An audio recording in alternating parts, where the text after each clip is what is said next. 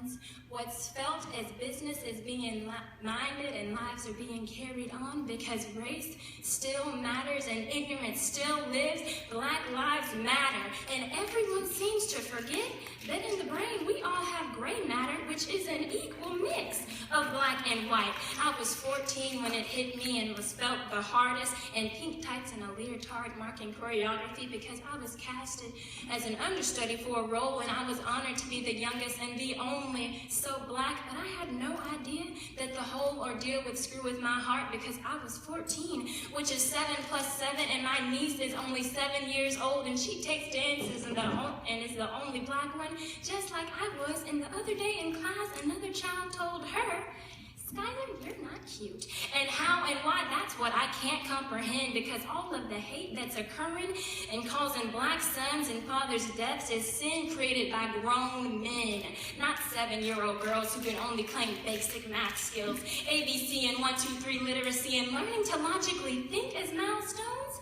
I've learned that you don't have to teach children to lie, but prejudice is not innate. And I don't know if this is being learned by example or if lessons are recurring. It is just so hard to tell with all of the current craziness that's occurring and so many of us falling victim to jury-approved self-defense.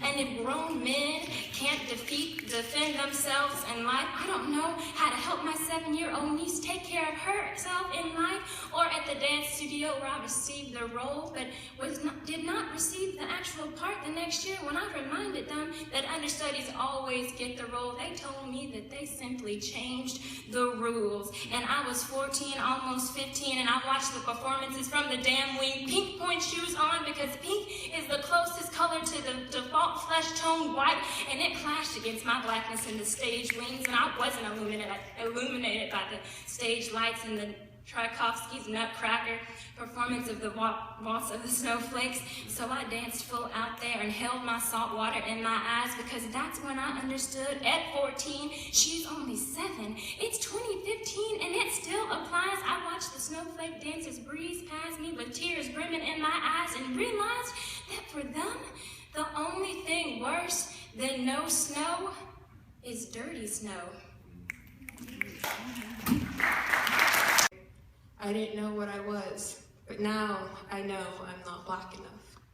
That's always been my problem. Not pretty enough, not vocal enough, not girly enough, not black enough. And God knows I never paid attention. I never listened to the screams and pleas of Americans of a darker persuasion begging to be liberated yet again. Months, decades, centuries, millennia of being persecuted for the way we were born. This did not start with Ferguson, but I hope to God it ends with it, because they were my brothers. They were your brothers too, and they were shot down as if there were targets on their backs, and for what? Because our skins absorb different wavelengths of light that we can't even see. What do we see? Why do we judge on sight? How can I get you to see like me in personalities and dignities instead of shades? But what use are my words when they're not bulletproof? I'm not black enough, I'm not loud enough, I'm not enough on my own to get you to see. Really see that when you hurt them, you hurt me, you hurt all of us. And I grew up colorblind, but I can still serve witness to color-coded justice. I'm not black enough, but if I went to Alabama in my gray hoodie with my short haircut and my hands in my pockets, I wouldn't get 2 steps forward before that thing that clicks for them that says dark equals dangerous would send me 5 steps 200 years back. And it may not seem possible to you, but I'm black and I grew up colorblind, and I'm just trying with my BB gun words. I'm just trying with my hands in the air. I'm just trying to get you to see, like me, I'm not black enough. I'm colorblind.